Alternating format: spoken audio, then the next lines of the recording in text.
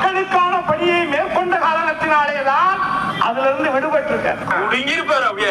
அப்படியே ஒரே புடுங்கி இங்க நின்றுப்பார். ஆக சினிமா படங்களிலே கூட மக்களுக்கான பணியை செய்யக்கூடிய மக்களுக்கான பணியாளர்களாக உருவாகக்கூடிய எண்ணங்களை அடுத்த தலைமுறைக்கு விதைக்கணும் நினைச்சு வேலை செய்யக்கூடியவராகத்தான் மாண்புமிகு துணை முதலமைச்சர் அவர்கள் அருமை சகோதரர் உதயா அவர்கள் இருக்கிறார் என்பதை நான் உங்ககிட்ட சொல்லிக்கிறேன். ஆனா உங்களை அடிச்சுக்க முடியாது.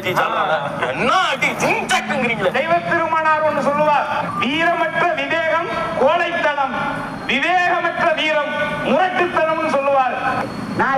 அடுத்தவங்க சொன்ன தத்துவத்தில் நீ என்ன சொல்ற?